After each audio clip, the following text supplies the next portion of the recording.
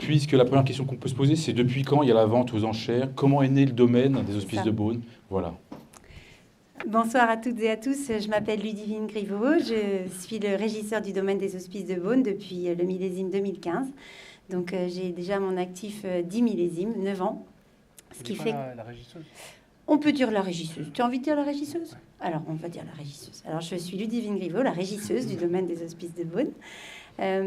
Et c'est un grand plaisir pour moi d'être ici parce que je pense que même d'un point de vue local et d'un point de vue peut-être un peu plus proche du territoire de Beaune, beaucoup de gens entendent parler des Hospices de Beaune. Beaucoup de gens, quand on les questionne, croient comprendre ou savoir, ce qui est certainement vrai, mais peut-être pas dans l'intime, peut-être pas dans le détail, et peut-être pas forcément sous l'aspect de notre quotidien à nous autres, les acteurs au sein de cette belle institution.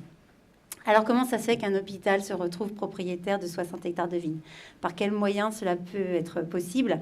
Eh bien, il faut déjà remercier la générosité des gens et notamment des personnes qui ont reçu les soins prodigués par les Hospices de Beaune dès le XVe siècle. Cette générosité, elle était en retour aux soins qu'ils ont reçus gratuitement dans l'établissement fondé par Guigone de Salins et Nicolas Rollin. Et dans un esprit aussi un peu pieux de pouvoir éventuellement s'acheter une place au paradis. Donc il y avait un peu une petite motivation cachée qui est aujourd'hui totalement avouable, qu'il était peut-être moins à l'époque. Mais en tout cas, c'est grâce à cet échange de générosité que les gens ont commencé de donner.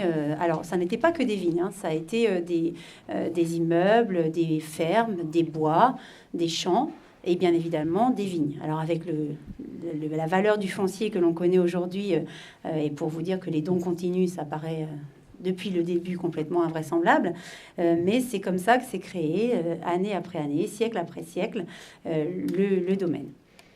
Mais comment on en arrive à exploiter des vignes? Comment ça se fait qu'en fait les hospices ont choisi et ont eu finalement le côté très avant-gardiste de pouvoir se dire, ben voilà, on a un patrimoine viticole et on fait le choix de l'exploiter. Ça, c'était très nouveau, c'était très inattendu, mais ça a été aussi un choix, si je peux me permettre, très différent des hospices de Dijon, qui sont eux aussi propriétaires de vignes, mais qui, il y a plusieurs centaines d'années, eux ont fait un autre choix que de les confier sous un système de location. Aux Hospices de Beaune, ils se sont dit, nous, on les garde. Le vin, à l'époque, avait un intérêt quand même aussi, je dirais, sanitaire. Ça permettait de couper l'eau, ça permettait d'anesthésier un petit peu les moments moins... Visitez les vitrines de l'Hôtel-Dieu, vous verrez, il y a 2-3 outils un peu sympas, niveau arrachage de dents et autres. Et ça permettait parfois même d'endormir tranquillement les patients en fin de vie. C'est vrai, c'est vrai. Ah oui, on mourait au Beaune, on mourait au Volnay. Donc, fort de cela, c'était bien beau d'avoir la production de ces vins, mais au bout d'un moment, les stocks ont été assez conséquents. Et c'est un des administrateurs courant du XVIIIe siècle qui s'est demandé si les Hospices de Beaune pouvaient, eux aussi, essayer de vendre leur production. Et pourquoi je dis eux aussi? Parce qu'en fait, c'est concomitant à la période d'histoire du secteur de Beaune où toutes les grandes familles beaunoises, vous avez commencé vous-même à exporter vos vins. Donc, vous en produisiez, vous commenciez de l'exporter. Les Hospices de Beaune se sont dit, on n'est pas moins... Tout ça, ils se sont dit ça, certainement. Oui, mais on est enregistré, Albéric. Voilà, ils se sont dit ça. Donc, ils se sont posé la question, sauf que quand l'administrateur est revenu, a dit, oui, il y a effectivement quelque chose à faire, il y a un marché, c'est vrai, ils ont raison, les maisons Bichot, Latour, Drouin, Jadot, on peut y aller, mais c'est pas vraiment notre vocation. Donc nous, ce qu'on va pouvoir faire, c'est faire nos vins, les mettre sur le marché, les vendre rapidement, et comme ça, l'argent reviendra rapidement dans les caisses de l'hôpital. Et c'est comme ça que l'idée d'une vente aux enchères au mois de novembre, pour que l'argent revienne dans les caisses au mois de décembre, a commencé il y a un tout petit peu plus de 164 ans, puisque nous allons faire la 164e cette année, mais il y en a quelques-unes qui manquent à l'appel pour des raisons d'histoire, de qualité de millésime parfois. Il n'y a pas eu quoi? 1968 56. Et pendant les guerres 42, je crois. Il manque 42 à l'appel, il me semble. Donc, cette vente, elle est Elle reste incroyable, elle reste depuis 1859, donc la toute première. Le fait marquant, finalement, de l'histoire viticole aussi de la Bourgogne, c'était osé, c'est un pari qui a aujourd'hui fonctionné, c'était assez intuitif, assez évident pour l'institution en tout cas, que de très rapidement nommer une personne en charge du patrimoine viticole, donc un régisseur. Il y en a eu un certain nombre avant moi. Et tous avons cette mission. Tous, on se sent finalement au bout d'un moment imprégné par ce virus hospitalier, parce qu'on commence par faire du vin. Et puis en fait, quand Antoine Jacquet m'a recruté, il m'a dit « Madame Griveau, n'oubliez jamais... » Antoine Jacquet, c'était l'ancien directeur. Ah oui, c'est vrai. C'était notre cher et tendre directeur des Hospices de Beaune, feu Antoine Jacquet, mais qui m'avait dit « Madame Griveau, n'oubliez jamais que vous travaillez pour un hôpital. » Et sur l'instant, bien polie, bien proprette, toute nouvelle, je lui ai dit « Oui, oui, monsieur. » Et en fait, aujourd'hui, 10 ans plus tard, si vous saviez à quel point on comprend quand on se lève le matin qu'on travaille pour un hôpital. Alors, il ne faut pas 10 ans pour s'en imprégner, mais pas loin quand même. Donc, nous voilà 164 ans plus tard, avec un millésime 2024 qui nous a un peu donné de fil à retordre. Mais Albéric, tu vas pouvoir lever ton paddle 438 fois et 3 autres fois pour des feuillettes, si tu veux. Donc, sans toi à l'aise. Tu veux chauffer un peu ton épaule, non? Ouais. Non, mais c'était pour savoir.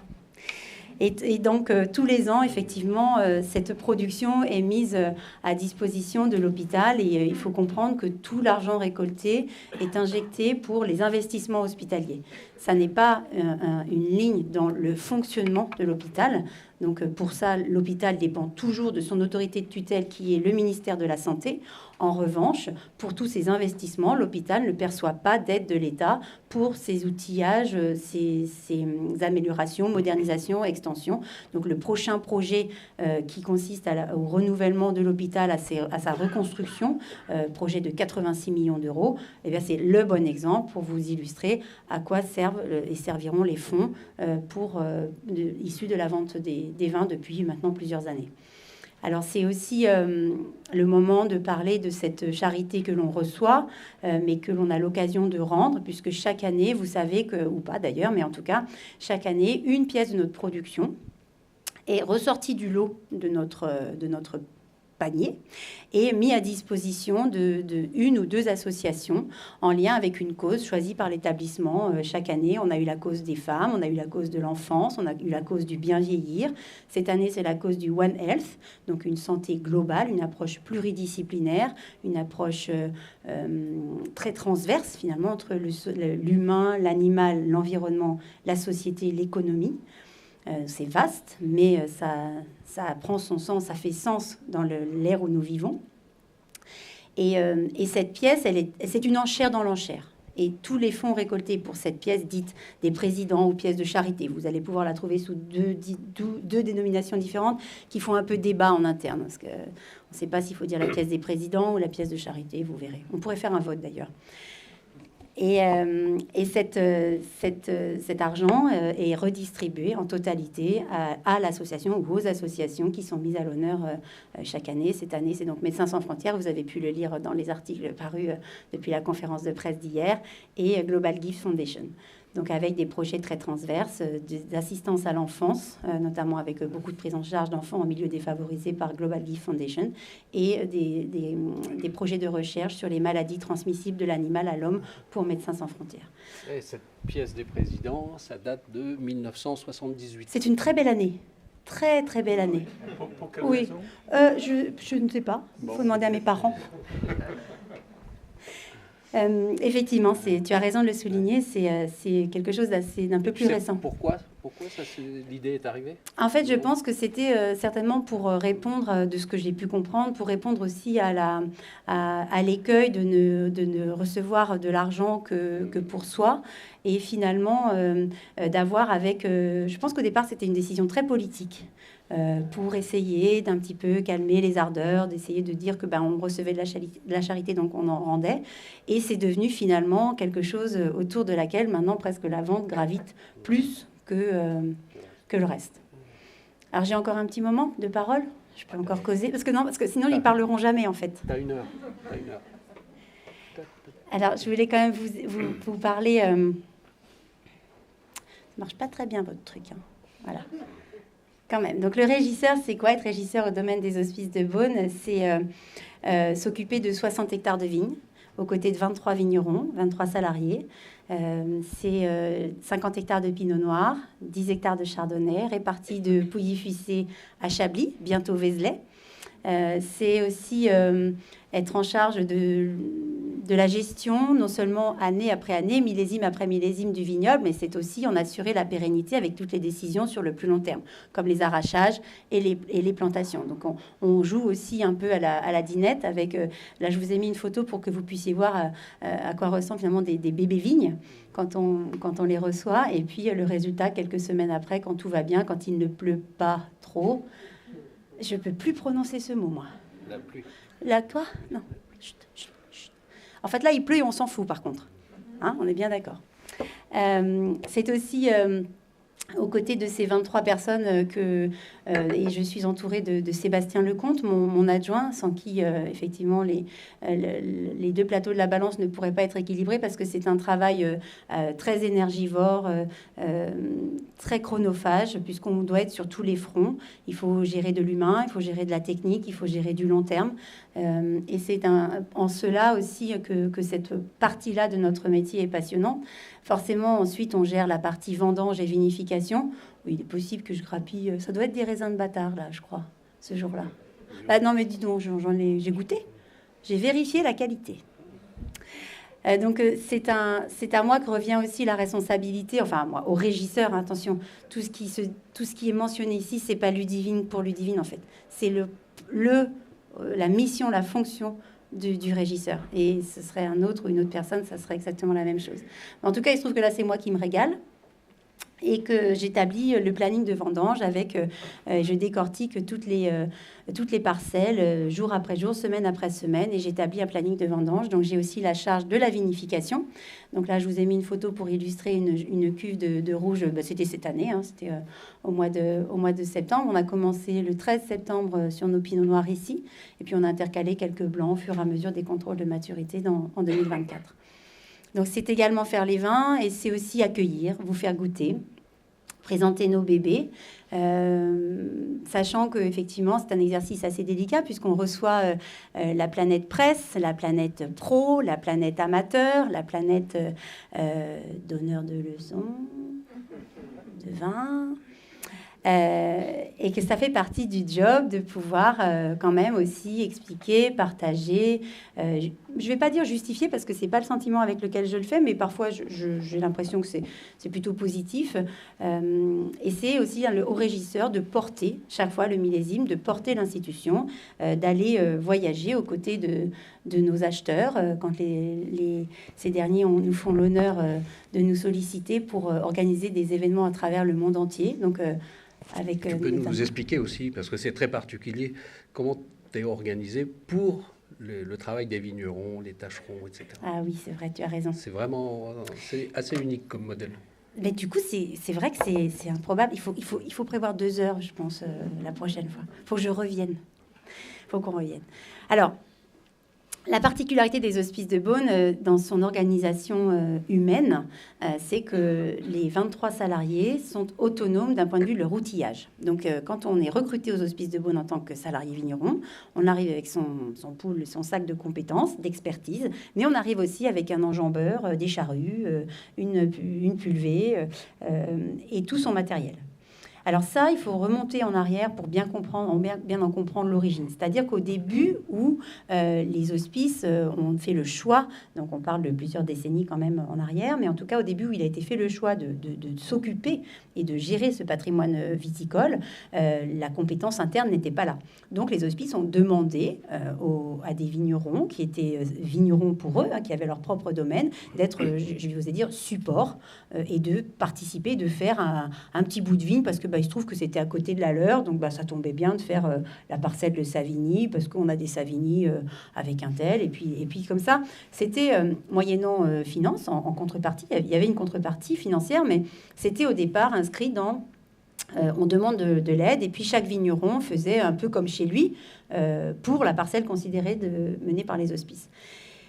Mais très vite, ça a eu l'écueil de partir dans plusieurs directions culturelles. Et puis pour le régisseur et les régisseurs qui se sont succédés, et je crois que pour ça, on peut rendre hommage à mes 2 prédécesseurs, André Porcheret et Roland Masse, qui ont eu besoin d'harmoniser, c'est de faire une sorte d'unité culturelle et de ramener un petit peu tout le monde dans une sorte de fonctionnement plus salarié et un tout petit peu plus, alors passez-moi le terme, un peu plus dirigeante. C'était pas tout le monde il fallait arrêter le fait que tout le monde fasse les vignes comme il faisait chez lui ou comme il voulait. Il fallait une certaine, je vais prononcer le mot, autorité pour conduire cette équipe, parce que le domaine a très rapidement besoin, pour faire des vins d'excellence, eh bien, d'avoir une unité culturelle. Mais ça, c'est quelque chose qui dure encore. C'est-à-dire qu'on ne s'est pas détaché, on a salarié les personnes qui travaillent avec nous aux vignes, mais on ne s'est pas détaché du fait qu'elles arrivent avec leur propre outillage. Alors, l'institution dédommage et donne une prime d'outillage, ce qui est quand même un levier important pour le régisseur, parce que sinon, on peut encore travailler avec des vieux coucous. Et quand même, quand je suis arrivée, il y avait 2-3 dinosaures dans les équipements. Et c'est aussi pour ça qu'on ne s'est pas lancé en bio tout de suite. Parce que aller dans du bio, il ne faut pas de dinosaures, il faut plutôt des... je ne sais pas comment ils disent les jeunes, des trucs un peu plus... Voilà, des poules, des dinosaures d'aujourd'hui. Non, il fallait simplement mesurer que le régisseur, un régisseur aux hospices, il doit absolument garder en ligne de mire la qualité des vins à produire. Et ça, il ne peut pas le faire tout seul. Donc, il doit embarquer avec lui une partie de l'équipe. Et embarquer avec lui ou elle une partie de l'équipe, c'est aussi les aider et être support des décisions techniques, mais de les accompagner dans ces décisions techniques. Donc, aujourd'hui, ce qui est génial, c'est qu'avant d'acheter une paire de charrues, les gars, on s'appelle, ils me disent « Ouais, j'ai envie d'acheter des cover crops, c'est des disques pour labourer. J'ai pas forcément envie de racheter des lames. Je veux des intercepts hydrauliques. Qu'est-ce que vous en pensez? J'ai envie d'acheter un broyeur. Est-ce qu'on va dans cette voie-là ?» Donc, maintenant, il y a une concertation, il y a une construction, il y a un bâti technique qui est absolument nécessaire à la qualité. Mais ça a pris un peu de temps. Mais du coup, on va passer une annonce prochainement pour recruter un vigneron, parce qu'on a un départ à la retraite. Mais on attend qu'un candidat arrive avec son matériel pour tout ou partie. Après, on peut l'aider, on l'accompagne. Et il y a des primes d'outillage en interne. Mais en tout cas, il faut que la personne se présente avec à minima une pulvée pour traiter. Donc, c'est très particulier, mais en même temps, c'est surpuissant. Parce que quand on a 60 hectares, je vais peut-être parler en ton nom, excuse-moi, je parle sous ton contrôle, mais traiter 60 hectares avec un tractoriste, il faut 5 jours si on n'en a qu'un. Il faut une journée si on en a 5, parce que c'est en moyenne 12 heures pour réussir à faire, on va dire 12 hectares. Donc, s'il faut 5 personnes, vous imaginez que dans un millésime comme 2024, ça voudrait dire qu'il faudrait, soit si on n'en a qu'un, il faut 5 jours pour faire tout le tour. Donc, il faut une fenêtre météo de 5 jours, en théorie.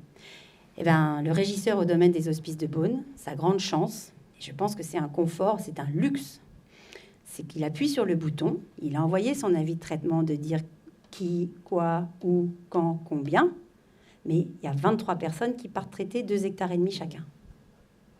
Donc, nous, pour 60 hectares, il nous faut 4 heures. Alors, ça fait envie, non ?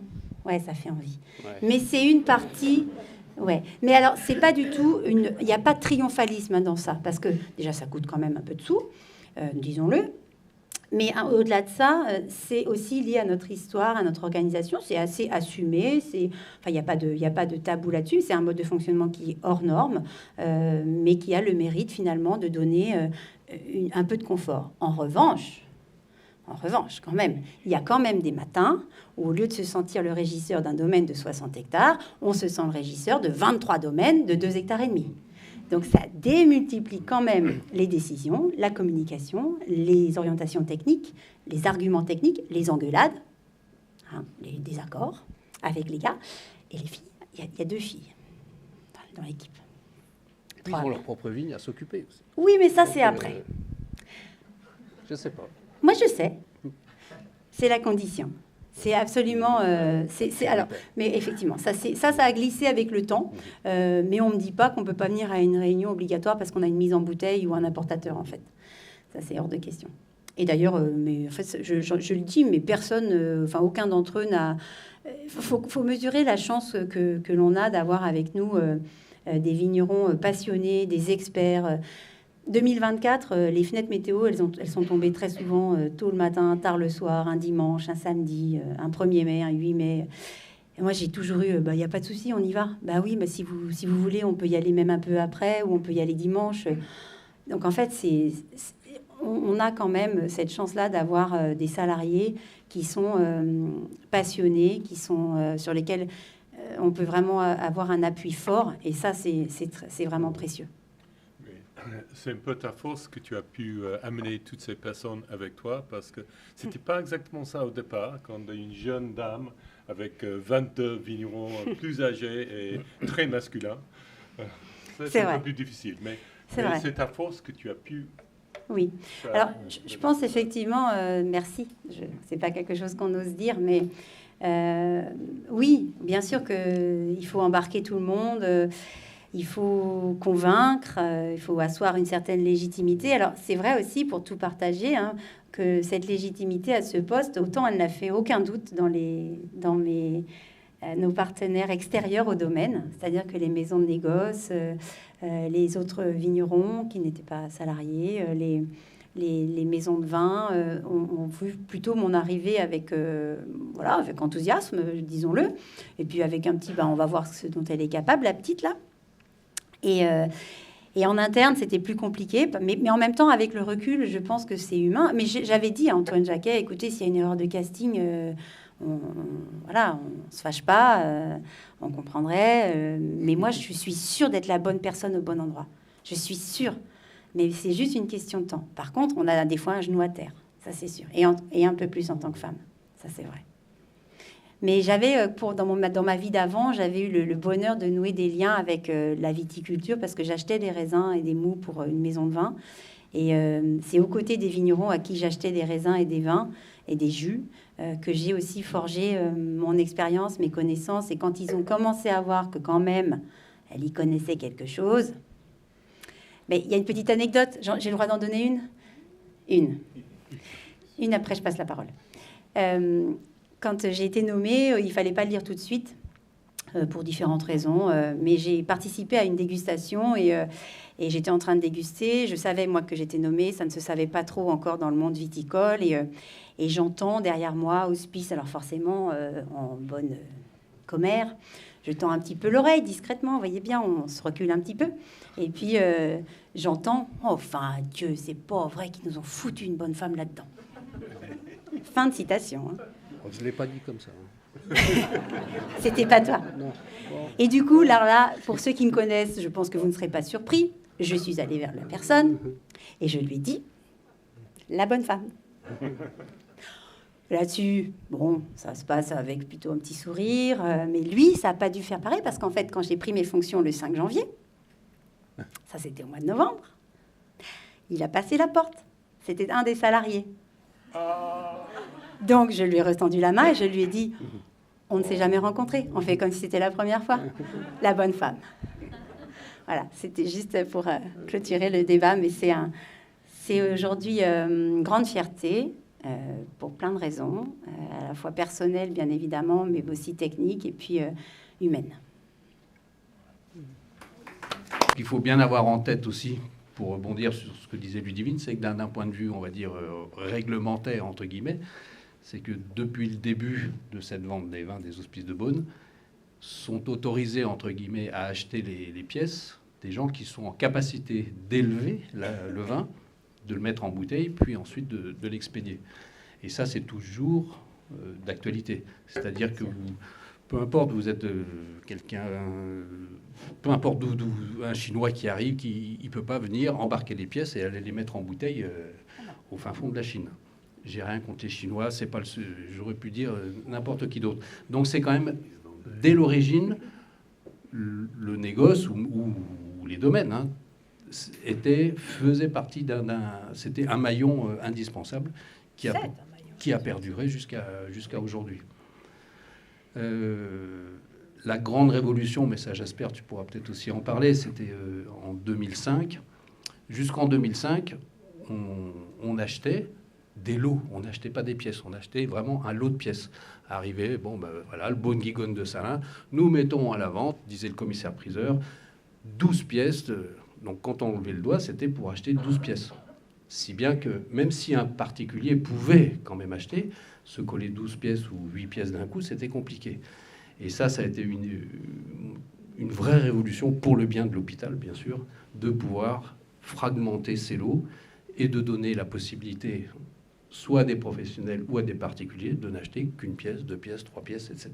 Ça a été quand même la grande, le grand bouleversement. Ça n'avait pas plu à tout le monde au début, mais globalement, c'était un super pari. Ça a démocratisé quelque part la vente des hospices de Beaune. Ça a permis à des nouvelles personnes d'arriver. Et puis l'Internet, etc. Je ne vais pas vous faire un topo de comment la communication s'est développée depuis ces 25 dernières années, mais le rayonnement vraiment des hospices de Beaune a beaucoup profité de toutes ces nouvelles technologies, etc., etc. Qu'est-ce que fait un négociant dans tout ça, ou on va dire un professionnel du vin? Au départ, on se dit, enfin, vous pouvez vous dire, mais pourquoi ils achètent des vins qui ne sont pas les leurs, ils les revendent, ils font de la marge, ils font pas de marge. Alors là, il n'y a pas de vérité absolue, chacun fait ce qu'il veut avec, ou pas, en s'intéressant ou pas ou non aux hospices de Beaune. Moi, la maison que je représente, il se trouve ça fait quand même pas mal d'années qu'on est assez impliqué. Depuis combien de temps vous achetez? On a commencé il y a 148 ans, c'était en 1876. Alors après, il y a eu des hauts et des bas. Ben oui, ça conserve. Et puis, depuis 25 ans, on a voulu mettre un peu plus la pédale sur les hospices de Beaune. On n'est pas des cavaliers blancs, on n'est pas des mécènes, on est juste des gens qui sont comme toi, on bosse. J'appelle ça du boulot, même si il y a beaucoup de plaisir aussi. C'est quand même pour l'hôpital. Toi, tu travailles pour l'hôpital, Jacquette l'avait dit. Ouais. Ben, quelque part, et c'est ça qui nous motive aussi, c'est que c'est pour l'hôpital. À ma génération, il y en a certains d'entre vous qui sont nés aussi aux hospices de Beaune. Certains d'entre nous, on finira peut-être là-bas aussi, donc autant que les chambres soient confortables. Tu veux que je te réserve une chambre particulière? C'est ça, tu viendras m'apporter ma purée. Non, voilà, après c'est une histoire de motivation, mais c'est quand même un moment unique dans la vie de la Bourgogne, dans la vie de Beaune, dans la vie de la Côte d'Or. D'un point de vue viticole, c'est cette vente ce week-end, c'est un coup de projecteur quand même incroyable. C'est le moment aussi pour découvrir le nouveau millésime. C'est un moment unique aussi, d'inviter nos amis, nos collectionneurs, nos amis journalistes, etc. En plus de l'hôpital, c'est un moment de partage assez incroyable. On peut passer un week-end vraiment formidable, sans faire les Trois Glorieuses forcément. Vous organisez des festivités aussi incroyables. Nous, on en profite vraiment pour montrer, bien sûr, notre propre récolte, mais aussi pour...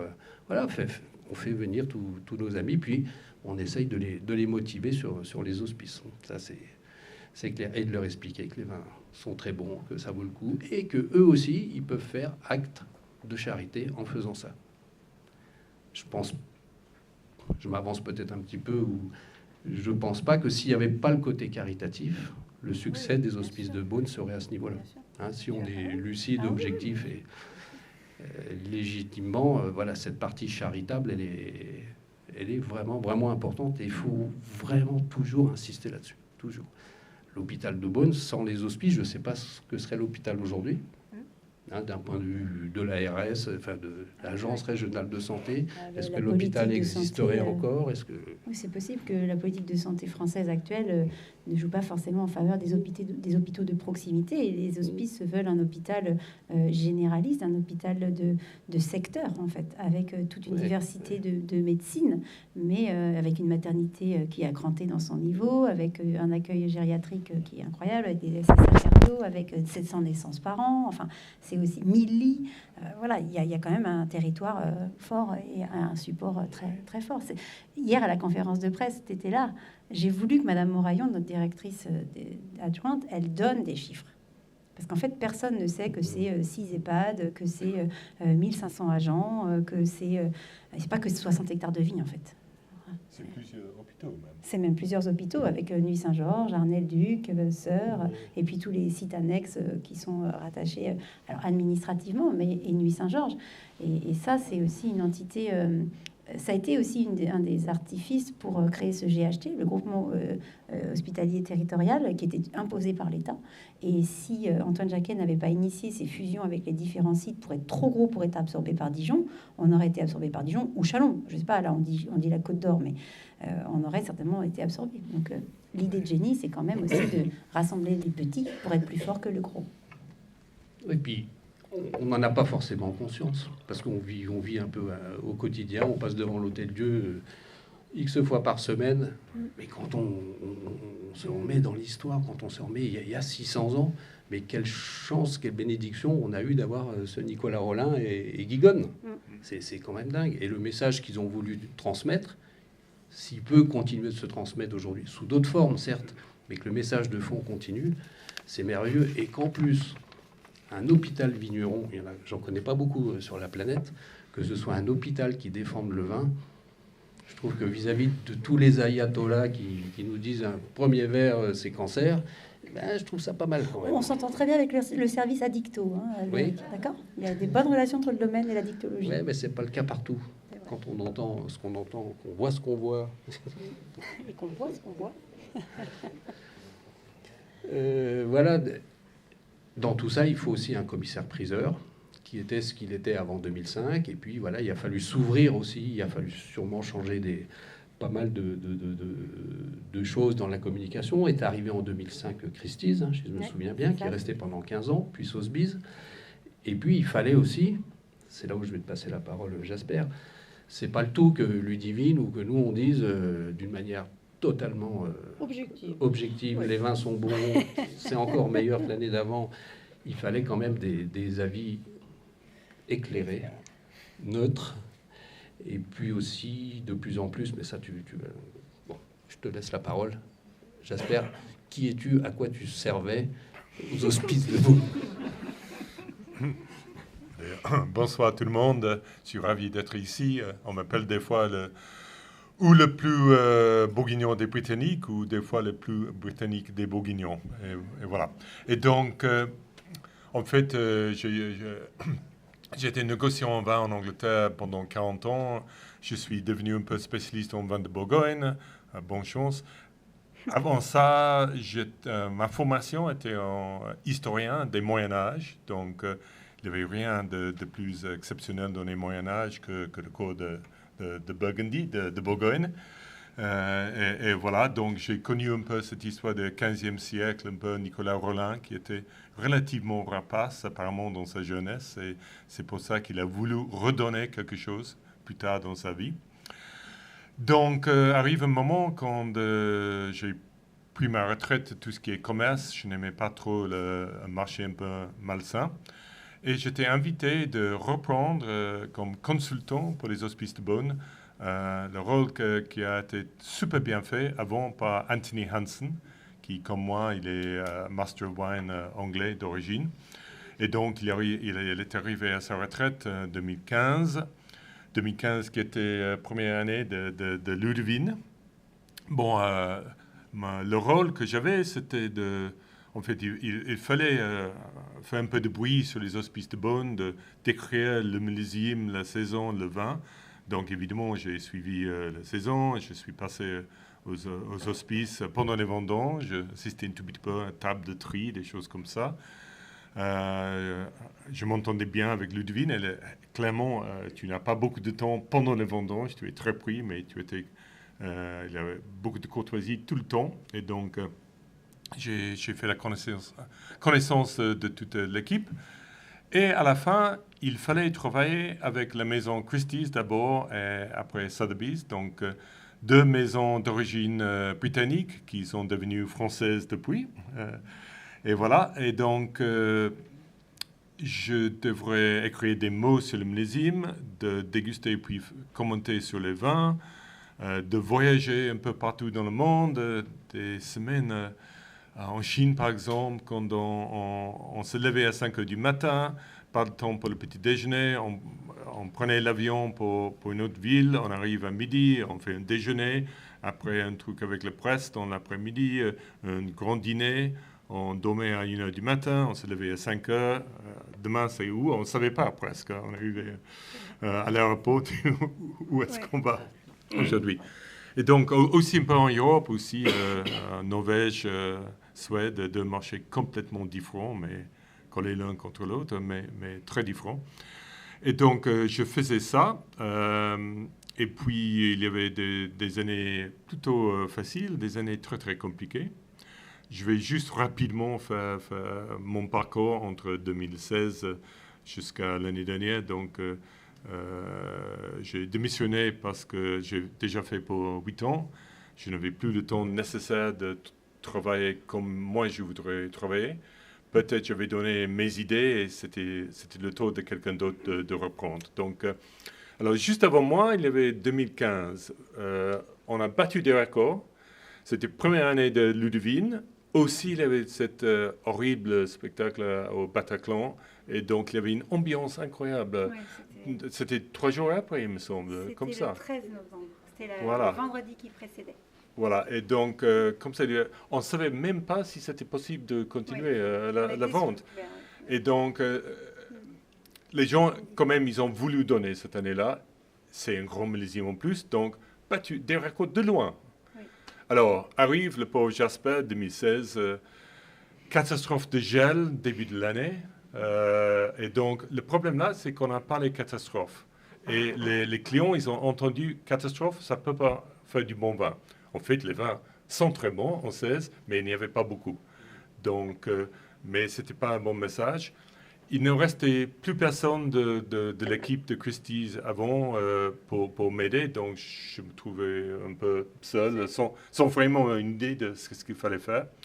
Et en plus, il faut dire que le vrai catastrophe, c'était au début octobre, on a perdu M. Antoine Jacquet qui nous a quittés à Pékin. C'était vraiment un horrible moment pour sa famille, voilà. Donc, oui. Pour la cause. Pour la cause, oui. Et c'est quelqu'un qui a dévoué sa vie à les hospices. En étant un visionnaire, parce que pour faire rentrer, avoir l'idée de se dire que le rayonnement de l'hôpital et de la vente doit passer par l'arrivée de Christie's, oser finalement faire tomber les habitudes. C'était un anti-habitude, un anti-routine.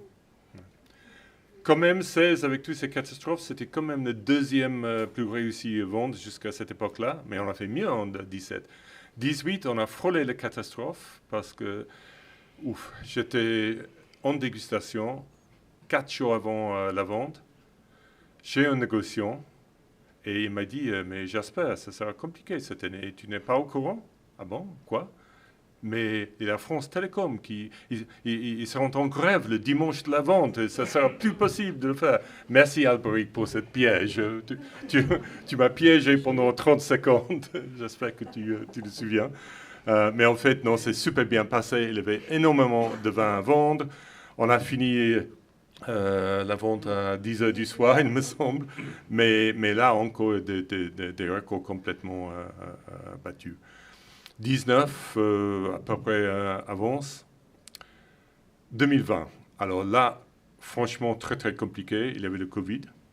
Donc, déjà, on ne savait pas au printemps si c'était possible de faire du vin. Est-ce qu'on avait le droit d'aller dans les vignes? Est-ce qu'on pouvait travailler? Est-ce qu'il est possible d'avoir des vendangeurs?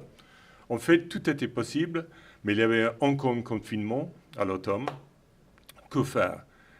Christie's, clairement, ils ont voulu absolument faire la vente au moment classique parce qu'on avait des commissions à faire. Donc, il y avait pas mal de monde qui ont voulu acheter à des prix chers. Mais par contre, compliqué, j'imagine, pour les négociants et surtout compliqué pour la ville de Beaune parce que dans un confinement, on ne pouvait pas faire tous les événements autour. Tous les commerces de Beaune ne pouvaient rien gagner. Et donc, je comprends absolument ce point de vue. Mais on s'est décidé, on va y aller. Alors, arrive le samedi avant le dimanche. Et c'était pendant la journée de samedi que en haut, il y avait une règle, c'était pas personne à Beaune, c'était, je sais pas, Préfet. le préfet qui a dit non, on va pas le faire. Tout était là, il y a combien? Il y a 999 places déjà, 600. tout était là, tapis rouge, voilà, tout était en place, bon, annulé. Il y avait eu après aussi une bataille, est-ce qu'on va attendre le printemps? Et Christie's ont dit non, notre mandat, parce que c'est un mandat de 5 ans qui était sur la fin, ça continue jusqu'au mois de janvier et puis c'est fini. Donc, en plus, on a des commandes et ça, tout le monde ils sont d'accord pour continuer jusqu'à la fin de l'année. Mais si c'est mars, mai, je ne sais pas quand, si c'est mars, c'est en même temps que les hospices de nuit. Et voilà, pas possible. Donc, enfin, c'était courant décembre. On a fait une année, enfin, des résultats très bien, très bien. 21, toute petite année, gel encore, mais là, on était un peu plus sage, on n'avait pas crié catastrophe. On a dit, tiens, il n'y aura pas beaucoup, il faut faire les commandes rapidement pour être sûr d'en avoir. Il y avait un bon résultat. Aussi, on a changé de maison, c'était le contrat est donné à Sotheby's, qui ont aussi renouvelé des choses. Bien sûr. Et Christie's m'ont permis de continuer avec Sotheby's après dans mon rôle de consultant, parce que c'était pour Christie's et pour Sotheby's, mais effectivement, moi j'ai toujours senti, c'était que pour les hospices de Beaune, mais pas l'intermédiaire de quelqu'un d'autre. Et résultat exceptionnel en 2022, on ne pouvait pas faire mieux que ça, et on a fait très bien en 23, mais pas aussi bien. Et je vais finir juste parce que je viens de passer le bâton, mais mon successeur, elle est une personne vraiment excellente. C'est Ginny Choli. Elle est Master of Wine. Pendant les confinements, elle a pris le temps de faire un doctorat aussi. Donc, elle déguste très, très bien. Elle s'entend bien avec Ludwine. J'aurais dû dire ça en premier, peut-être. Non, mais j'ai des vidéos. Et aussi, donc, elle est coréenne de famille, elle est citoyenne américaine, elle habite Hong Kong, donc elle peut amener des clients un peu partout dans le monde. Donc, je suis ravi que ça reste, enfin, on a mis dans des mains un peu exceptionnelles. Voilà, merci beaucoup. Et Jasper aussi a toujours eu, enfin, ce rôle-là aussi, c'est de conseiller les acheteurs. Oui. Quand il a un client, un acheteur qui est au bout du monde, qui peut parfois pas forcément venir se déplacer et goûter les vins, là, c'est... Par exemple, je sais pas, un client te disait, voilà, je voudrais une pièce de pommard. Dans tous les pommards, qu'est-ce que tu me recommandes? Et là, comment t'arrivais à arbitrer ou à donner des conseils? Oui, en fait, c'est une des choses les plus compliquées parce que arrive la vente, on veut gagner le plus d'argent pour les hospices civils de Beaune et on veut que les clients sont bien servis aussi. Donc, c'est ça qui est toujours un peu délicat. Donc, souvent, on a choisi plutôt des lots où il y avait pas mal de pièces et c'est souvent parmi mes préférés. J'ai une faiblesse pour Mazie Champetin, par exemple. Alors, il n'y en a que 7 cette année. Ah non, trop triste. Certaines fois, il y a une année, il y avait une trentaine, je crois, en 29 18. en 2015, 26 en 2018, 23 l'an Ouais. dernier. Ah, c'est en descente. C'est Oui, pas bon, ça. Non, mais ça va remonter, ça va remonter. Bien. Aussi, le Volnay-Jean de Massol, Volnay-Sonteneux, ça c'était parmi mes chouchous. Donc, mais quand même, il fallait aussi... Moi, ce que j'ai fait déjà quand j'étais négociant en vin, mais j'ai fait aussi pour les hospices, j'écoute le client. Je lui demande qu'est-ce qu'il aime comme vin. S'il veut un vin qui est plutôt musclé, qui joue au rugby, un truc comme ça, c'est peut-être un grand pommard ou un coton. Si c'est quelqu'un qui est plus en finesse, ça peut être un coton aussi, ça peut être la Charlotte. Ouais, Charlotte Dumais. Et voilà, donc il faut vraiment écouter la personne et trouver le bon vin pour le client. Et voilà. Mais je pense qu'Alberi, tu peux peut-être nous dire aussi, toi, comment ça se passe en interne chez toi. Tu reçois beaucoup de monde, tu reçois des ordres d'achat.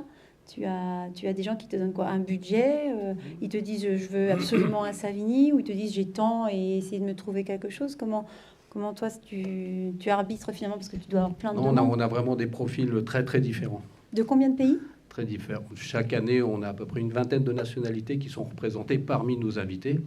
Et puis parmi nos acheteurs, c'est 25 pays à peu près, quoi. Et ils nous posent aussi la même question qu'ils pouvaient te poser aussi à toi. Tiens, Albéric, qu'est-ce que tu me recommandes cette année? Donc voilà, on dit la même chose. Tu veux un vin plutôt pour boire jeune, un vin costaud? Quel est ton budget? Alors aussi, il fallait toujours que j'aille voir Jasper en disant, dis donc, t'as recommandé quelle cuvée?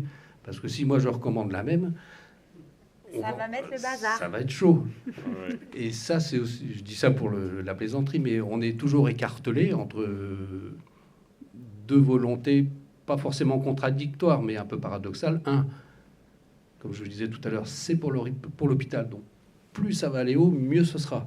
Et puis en même temps, on veut que le client, l'amateur, le collectionneur, entre guillemets, il fasse une bonne affaire et qu'il revienne l'année d'après, ou 2 ans, ou 3 ans après. Oui, Donc il ça, faut c'est- trouver un juste équilibre, et c'est pas toujours facile. C'est pas toujours C'est facile. vrai, on sait déjà quand on... Alors, j'ai le bonheur de pouvoir participer avec Albéric à des événements organisés par ses propres clients et qui invitent le régisseur. Donc, c'est quelques photos que vous pouvez voir là. On avait l'air bien là. Hein, on était heureux, je crois. Moi, Ça, c'était j'ai un l'impression événement qu'on qu'on a fait cette année on était bien. Taïwan. À Taïwan.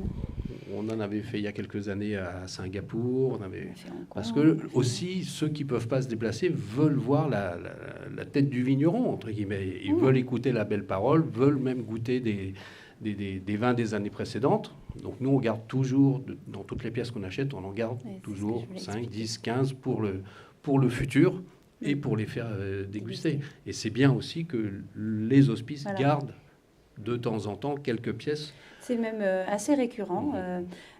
Oui, on s'en pour- plaint parce que c'est pour- plus... Pour rebondir, c'est vrai que Mm. même en tant que régisseur, moi j'ai l'habitude de dire qu'on a vraiment le cerveau coupé en deux, qu'on est un peu, c'est schizophrénique un peu comme poste, parce qu'on veut, l'hémisphère gauche veut faire, non, droit, veut faire beaucoup d'argent pour l'hôpital et on sait très bien que c'est ce qui quand même nous grise un peu, c'est aussi pour ça qu'on a cette passion.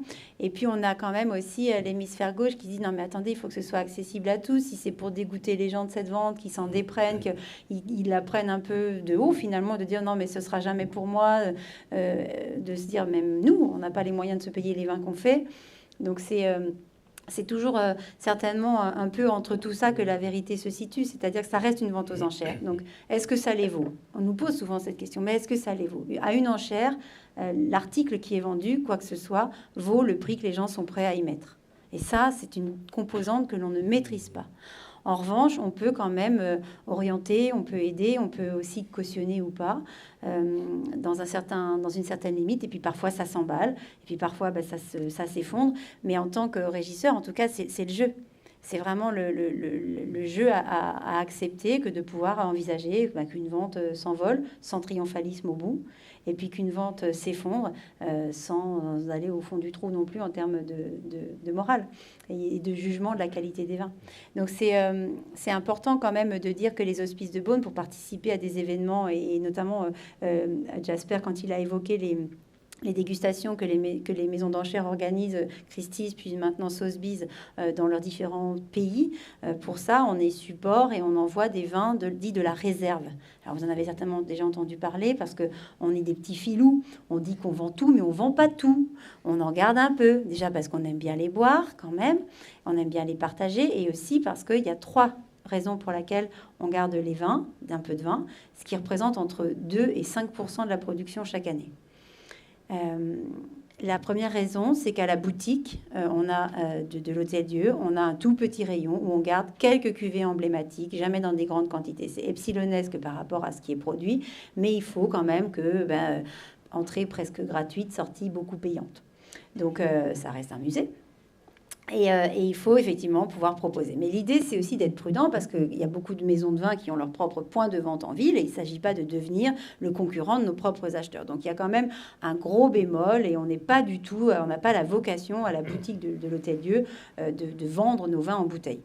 La deuxième raison, c'est celle dont je viens de vous parler, c'est de pouvoir participer, être support et faire goûter les vins, parce que quand une maison de négoce achète une pièce pour un client, elle peut produire, elle vend 288 bouteilles, comprenez contractuellement, mais parfois dans les faits on en a 300 ou 290 ou 295, et ces bouteilles-là, elles peuvent continuer à être gardées dans les œnothèques et servir eh bien, finalement de vitrine à ce que la maison peut proposer. Mais quand il y a un événement comme ça, vous voyez, c'est un mélange des vins du domaine et des vins de chez Albéric Bichot, parce qu'il faut pouvoir proposer et montrer ce qu'on sait faire. Donc ça, c'est la deuxième raison.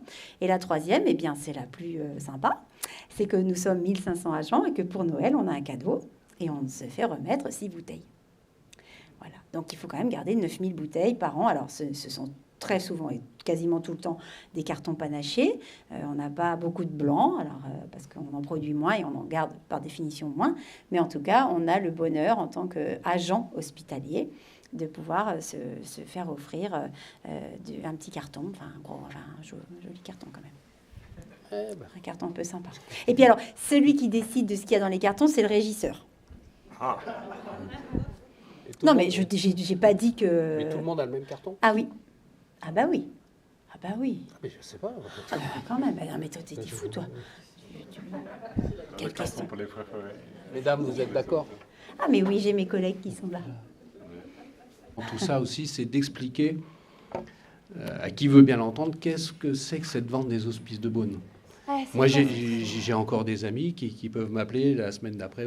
Alors, t'as bien vendu à la vente? Et ben non, on vend pas. C'est vrai, quand on ne sait pas, on ne sait pas. La vente des vins des hospices de Beaune, c'est... Et ce que fait Ludivine, et ce que faisait Jasper, et ce qu'on fait nous tout au long de l'année quand on se déplace, on explique qu'est-ce que c'est, pourquoi, etc., etc. C'est vraiment un travail de représentant, quoi. Enfin, un travail de VRP qu'on adore. Et quand on a la motivation, ça donne encore beaucoup plus de sens. Et c'est un vrai plaisir. Et en même temps, on défend aussi ce métier d'éleveur qu'on oublie souvent. Hein, on parle d'un... Oui, j'aurais dû m'élever parce qu'elle était très grande. Mais bon. Non, mais c'est très important d'expliquer qu'un vigneron, un bon vigneron, c'est pas seulement savoir faire bien la vigne, savoir faire du bon vin, mais il faut savoir l'élever. Et ça, le négoce éleveur, puisqu'on s'appelle comme ça, on est là aussi pour expliquer que c'est une compétence en plus, que c'est une expertise, que c'est une vraie valeur ajoutée. Alors, chaque éleveur a sa sensibilité, parce que notre métier, dans ce cas des hospices, tu parlais de tes bébés, tu nous confies tes bébés, et nous, on va essayer de les faire grandir, et puis de les éduquer d'une certaine manière pour essayer de révéler qu'est-ce qu'ils avaient à l'origine, qu'est-ce qu'il y avait dans le terroir, qu'est-ce qu'il y avait sur ce millésime. Donc il y a des années, nous, on va garder les fûts neufs. Parfois, on va pas du tout, on va tout de suite les mettre dans des fûts d'un vin ou de vin. Voilà, on va essayer d'interpréter à notre manière ce que toi, tu as voulu faire et ce que la nature a voulu faire. Ce sont 51 cuvées produites. Il y en a 18 en blanc et 33 en rouge. Chaque cuvée, elle est issue de terroir absolument magique. 95% de l'encépagement du domaine étant premier et grand cru. Et puis, une des petites particularités dorénavant dans les vins depuis que je suis arrivée, c'est que j'ai un peu mélangé les ADN. J'ai fait des petites modifications, mais qui donnent des résultats finalement assez... une différence assez notable avec finalement l'époque d'avant. C'est pas tellement une question de compétence ou de régisseur, c'est vraiment une question d'approche. Vous l'aurez compris, j'ai 46 ans. Moi, je suis enfant du négoce et je suis enfant des climats. C'est pour ça que je suis bien là, dans ma maison des climats. Mais moi, je n'ai toujours fait que du vin en ayant entendu parler climat. Donc, quand je suis arrivée aux Hospices de Beaune et que j'ai vu qu'on mettait dans la même cuve des Beaunes Bressantes, des Beaunes Teuron, puis des Beaunes sans vigne, puis que ça s'appelait Hospitalière, je me suis dit, non, mais ça, c'est bizarre quand même. Oui, mais on m'a dit, c'est l'institution, c'est l'histoire, il faut respecter l'histoire. Bon, très bien, respectons l'histoire, mais alors on va faire autrement. On va quand même, puisque c'est l'ADN de l'institution qui va primer au final, on va quand même essayer de faire en sorte que l'ADN de la que l'ADN de la Bourgogne soit aussi représenté. Donc, j'ai mis en place des vinifications parcellaires, et parfois, il y a 5 jours qui séparent le ramassage des raisins des Bressandes de celle des 100 vignes, voire même 6. Et 5-6 jours, ça paraît vite passé, une semaine, c'est vite passé, mais en termes de maturité, dans un millésime donné, c'est énorme. Il se passe plein de choses en 5 jours. Et dans une parcelle qui doit parachever sa maturité, c'est 5 jours, c'est très important. Donc moi, j'ai choisi de faire une vinification parcellaire. Alors là, j'ai une cote de popularité dans mes équipes à peu près proche du niveau de la mer, parce que c'était plus compliqué, parce que c'était chiant, parce que c'était pas comme ça qu'on faisait avant, parce que ça servait à rien, parce que de toute façon, on s'emmerdait pour rien. Ben ouais, mais non, en fait. Parce que dès qu'on a fait goûter les vins, parce que je reconstitue les assemblages d'origine après, c'est-à-dire que je reconstitue la cuvée Guigonne de Salins, Dame hospitalière, avec les terroirs de leurs origines, mais en vin. Et tout le monde s'est accordé à dire que, en faisant ça, le domaine des Hospices de Beaune a finalement gravi une étape et une marche non négligeable dans, en tout cas, je ne vais pas prononcer le mot qualité, parce que c'est pas du tout entre vinificateurs ce qu'on aime entendre. Et si Roland était là, il n'aimerait pas entendre dire ça. Par contre, il serait passionné et intéressé à l'idée de savoir que finalement, il n'a pas eu le temps de le faire parce qu'il est parti à la retraite, mais il fallait oser faire ça. Et finalement, c'est pour ça qu'il fallait un jeune régisseur aussi. Parce que quand on est en fin de carrière, on a peut-être un peu moins la niaque pour aller sur ce genre de trucs, parce qu'on est sur d'autres considérations. Mais il fallait un régisseur qui ait l'audace, l'énergie de mener ça. Et c'est pour ça, je pense, qu'il avait commencé d'isoler les épneaux, les vergelès, les centenaux. Tout ça, c'était quand même un peu derrière...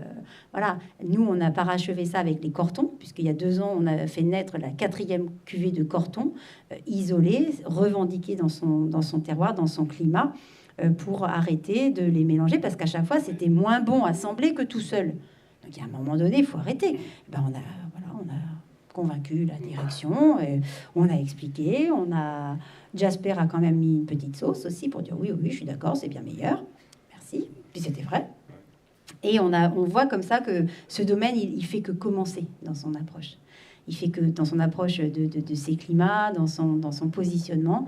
Et la route est encore longue, mais on a déjà au moins ça à notre actif. Et je pense que les acheteurs sont plutôt sensibles à cette évolution de typicité. Et le plus beau compliment qu'on nous fait, c'est quand on nous dit « Ouah, vos 10 cuvées de Beaune, elles goûtent toutes séparément, elles ont toutes leur propre identité, leur propre empreinte dans le millésime. » Et ça, c'est précieux. Ça veut dire que le vinificateur, il s'est effacé devant le terroir.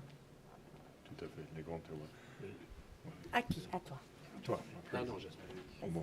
Je voudrais juste rajouter le moment peut-être le plus chaleureux de tout ce que j'ai vécu aux hospices. Tu as un fils, n'est-ce pas? Oui.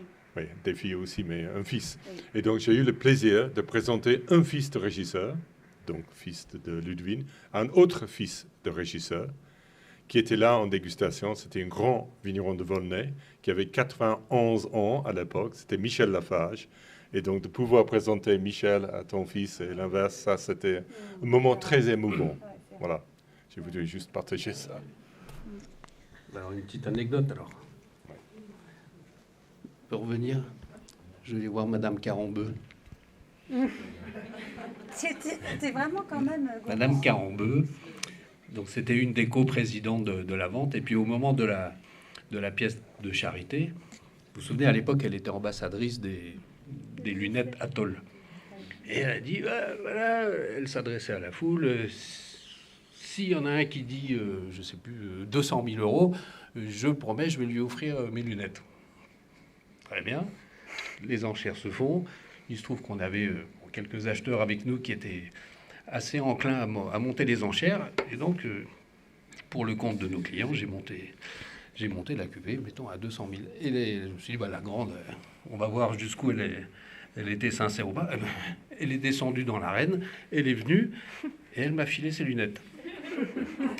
Et c'était des lunettes apparemment relativement précieuses. Ouais, bon, c'est pas vraiment ma taille, mais bref. Et sur le côté, il y avait des petits brillants. Bon. Tout se passe, et elle me laisse ses lunettes.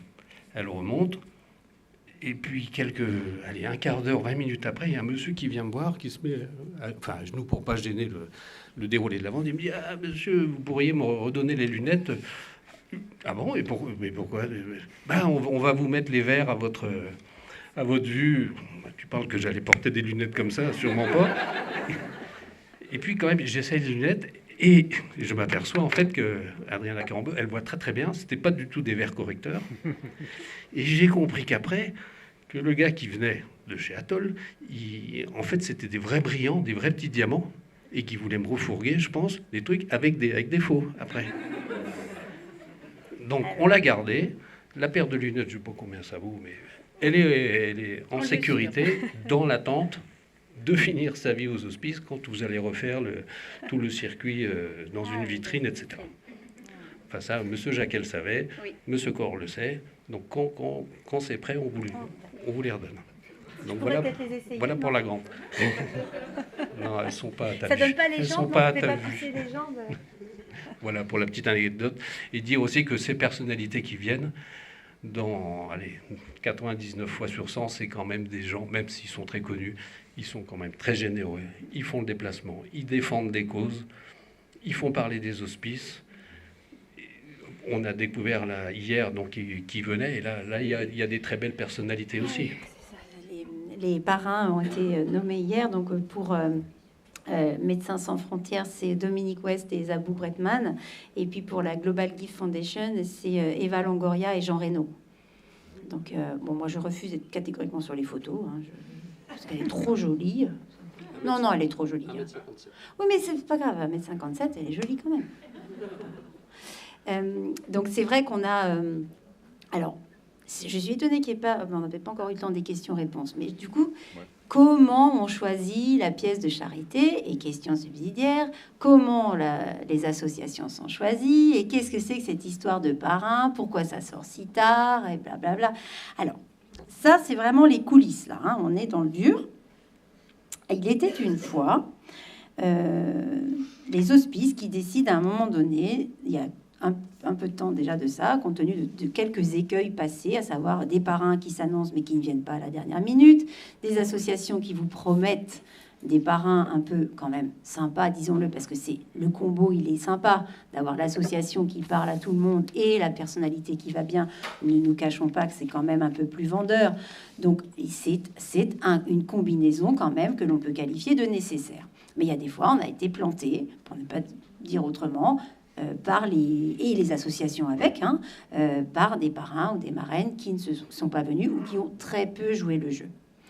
Pour éviter cela, l'idée avait été lancée il y a quelques années de dire on va lancer la cause avant. Comme ça, on a le temps d'avoir des associations qui postulent, qui tiennent la route. On fait il y a un comité de sélection, d'analyse des candidatures, et c'est comme ça que ça se passe aujourd'hui, avec les associations qui postulent. Et puis, quand même, dans les critères, après, on a le droit de mettre les critères qu'on veut, mais dans les critères, il y a le projet, bien sûr, il y a à quoi serviraient les fonds, mais il y a également qui seriez-vous en mesure de nous proposer comme étant parrain et support de la vente.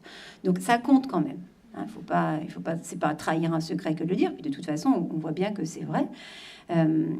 Donc l'idée d'annoncer les causes en amont a été, ça c'est quelque chose qui marche bien, même si parfois c'est encore un peu tard, parce que l'inspiration, ou en tout cas l'actualité fait qu'on a envie. Il y a des fois des sujets aussi en santé, vous savez, il y a des lignes directrices de l'État, il y a des pôles, des pôles d'action nationaux, comme par exemple Alzheimer il y a quelques années, c'était un des fers de lance du ministère de la Santé, c'était l'État qui avait souhaité que Alzheimer soit une cause nationale.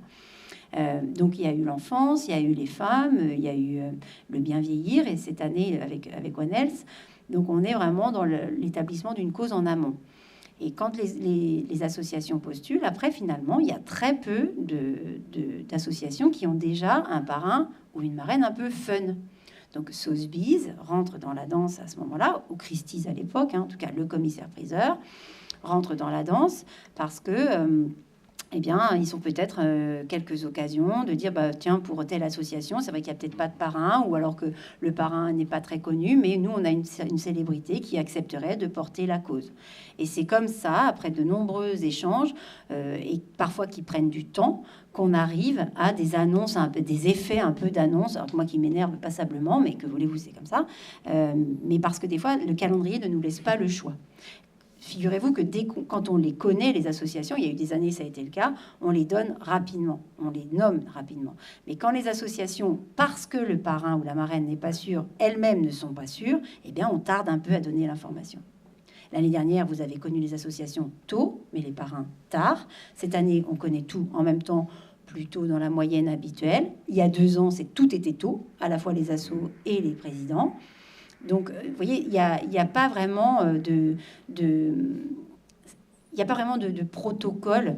Maintenant, l'idée, c'est de pouvoir aussi ouvrir la porte à des associations pour postuler, qui soit à la fois un rayonnement plutôt sur notre territoire, voire français, mais s'il y a une antenne, on va dire côte-dorienne, voire bourguignonne, pourquoi pas, et une autre avec une portée plus internationale, parce que n'oublions pas quand même que une majeure partie des personnes qui enchérissent, et là je parle sous ton contrôle, parce que j'aimerais bien que tu nous racontes comment ça germe de dépenser 800 000 euros pour une pièce, en fait. Tu vois, c'est un concept qui m'intéresserait. Mais en tout cas, c'est vrai que c'est plus parlant pour eux d'avoir une cause qui parle déjà, et des associations dans lesquelles un enfant qui est aidé par Vision du Monde au Kenya avec le projet Big Dream Kenya, ça parle à tout le monde. Après, il y a des associations plus discrètes. Alors, il faut aussi les aider, parce que sinon, elles ne sortiraient jamais de l'ombre. Et je pense à l'association des Williams en 2019. C'est tout petit. Je crois que le montant de la pièce, ça a dû faire 5 ans de leur budget. Vous voyez, c'est un truc de fou, en fait. Donc, il y a tout ça qui tourne autour de la pièce des présidents. Il y a tout ça. Et c'est pas sorti du chapeau. C'est un peu de la politique aussi. Mais pas que de la politique. C'est aussi beaucoup d'humain. Voilà. Et il faut essayer de trouver les compromis. Mais du coup, comment on fait un chèque de 800 000 euros? Parce que c'est dans 15 jours, du coup. Non, ce qui est important, bien sûr, c'est d'aller trouver des généreux bienfaiteurs. Ouais, c'est ça. À nouveau. C'est vrai que les sommes peuvent être extrêmement élevées. Faut pas se cacher la vérité, il y a quand même moins en moins de Français qui sont prêts à le faire. Donc il faut aussi des causes internationales qui parlent à des bienfaiteurs potentiels du monde entier. Et ça fait partie de notre travail, à moi. J'ai mon confrère Jean-David Camus qui lui travaille beaucoup aussi pour nous et avec nous et pour l'hôpital sur toutes ces belles pièces. Il faut arriver à les faire rêver, les faire rêver. Arriver à toucher non seulement leur portefeuille, mais à toucher leur cœur. C'est juste ça. Et c'est un travail, nous, qu'on essaie. Tout au long de l'année, on a toujours dans un petit coin de la tête, quand on voyage, quand on va faire nos présentations, hospice ou pas hospice, tiens, est-ce que lui, ce grand collectionneur, il est sympa, il peut être généreux, allez, on va l'inviter, puis on va essayer de faire monter la mayonnaise. Ça marche une fois sur X, mais voilà quoi. Et c'est important aussi qu'ils puissent acheter une pièce qui n'est pas forcément... il faut qu'elle ait quelque chose aussi d'un peu exceptionnel. Alors que ce soit la pièce, que ce soit son emballage, son fût ou sa provenance, etc. Donc, je crois qu'on a déjà répondu à toutes les questions qui ne sont pas posées. Il n'y a pas de question, là, j'ai répondu aux questions. Non, mais je m'étais rapproché, je voulais rebondir sur le sujet parrain, on l'a évoqué, association aussi, comment se faisait le choix des parrains. Il y avait aussi peut-être des chiffres clés pour qu'on se projette. Il y a 500 pièces plus celle de la charité. Et il y a 599 chaises à l'intérieur, c'est ça? Il y a 597 places assises sous les halles, pas une de plus, donc on ne peut pas pousser les murs. Ou 500, Catherine, attendez. 577. J'ai 577 à ma gauche. Qui dit mieux? 5500, c'est 1500. Donc 577 pièces de place. Ben, vous voyez, moi je suis contaminée, c'est pas possible. qui effectivement sont un casse-tête. Je vois vraiment Dominique et Catherine qui sont à la manœuvre pour essayer de donner satisfaction à tout le monde et essayer de faire entendre que tout le monde ne sera pas satisfait. Parce que tout le monde ne sera pas sous les halles. Alors après, il y a un système aussi de rotation. C'est-à-dire qu'une maison de vin peut avoir un certain nombre de places. Il y a des clients qui sont intéressés pour des pièces qui sont vendues à un certain moment de la vente et puis qui peuvent faire rentrer et ressortir différentes personnes pour que au moins l'acheteur qui a envie d'enchérir sur un bâtard soit quand même assis pas trop loin d'Albéric. C'est bien. Il y en a 3 pièces et demie. Hein. On donne pas de nom. 3 pièces et demie. Voilà. Non, mais je redis, il y en a 3 et demi. Et dans ce contexte-là, c'est cette année 438 pièces qui seront proposées, 3 feuillettes, 321 pièces de rouge, 117 pièces de blanc et 3 feuillettes. Donc, c'est relativement, on va dire, positif pour l'année parce que c'est plus que 2021, ce qui était un pari. En 21, on avait fait 53 pièces de blanc, je crois, ou 56, quelque chose comme ça, et encore moins de rouge, puisqu'il n'y avait que 353 pièces au total à la vente en 2021. Donc voilà, ça laisse un peu on va dire une perspective d'en avoir. Alors je ne vais pas dire qu'il y en aura pour tout le monde, parce que ça serait mentir, mais en tout cas, ça laisse une perspective. Il y a des cuvées de Beaune, par exemple, dans lesquelles on a produit autant qu'en 2019. On va pouvoir proposer 25 pièces de la cuvée Nicolas Rolin. Donc, normalement, il n'y a pas de raison que tout le monde, enfin, tous ceux qui sont intéressés par cette cuvée ne puissent pas y accéder. Alors, c'est sûr que dans les grands crus, on a eu un gradient sud-nord en termes de pression mildiou et donc en termes de perte de récolte cette année. Plus on montait vers le nord et plus nos vignes déjà étaient très moches et en plus ont perdu de leur récolte pour différentes raisons. Donc c'est pour ça qu'on a aussi à partir je vais dire que la colline de Corton, peut-être Pernan, Savigny, où serait un peu la frontière où ça bascule un peu par rapport à des pluviométries hallucinantes. C'est-à-dire qu'il a plu presque 1 mètre d'eau, presque 1000 mm à Gevrey-Chambertin au cumul depuis octobre l'année dernière à ce jour. Et normalement, vous voyez une moyenne à 650, 700. Voilà, donc la Côte de Nuit était particulièrement arrosée. Bon, alors il y a des nuitons dans la salle, il y a des Beaunois aussi, mais enfin, pour une fois qu'on va damer le pion aux nuitons, hein? Oui, Bertrand, je te vois. Oh oui, tout à fait. Non, mais c'est pour dire qu'en fait, ce millésime 2024, il a à son actif un petit recueil d'aléas climatiques qui explique tout, en fait. Hein. On n'a pas fait de bêtises en Côte de Nuit. On n'a pas été plus malin que les copains à faire 7 pièces de masie dans 1,7 hectare. Hein. Voilà, pas de triomphalisme. Après, nos parcelles de Clos de la Roche et des Chezeaux s'en sont un petit peu mieux sorties. Mais là, par contre, on peut peut-être l'expliquer par la force de frappe où... quand il a fallu y aller, peut-être un peu plusieurs fois par semaine, on a fait 16 traitements cette année, contre 11 d'habitude. Voilà, donc le sujet du bio est vaste, avec ses controverses, avec ses bilans carbone. C'est pas une question. Ça va. Justement, on va poser des questions. Ah, voilà, donc il y avait aussi un mot sur les festivités à Beaune, en fait. La population tripe pendant ce week-end-là. Voilà, il y a quand même beaucoup de choses. Ça va peut-être être l'une des questions. Justement, est-ce qu'il y a dans le public des questions? Pour en profiter, on a vraiment les personnes qui connaissent tout, justement les coulisses. Je vous dis après, j'en profite. Alors ensuite, on va aller dans la salle à côté, on va déguster un verre de vin du domaine des Hospices de Beaune. Donc un grand merci. Vous entendez, il y a un autre événement en bas, donc je vous inviterai ensuite, beaucoup plus tard, à sortir, mais par la rampe au premier étage. Et on va de toute façon applaudir, vous avez entendu les applaudissements, donc on va applaudir nous aussi nos intervenants. Voilà, on va faire un peu un challenge. Merci en tout cas. Merci.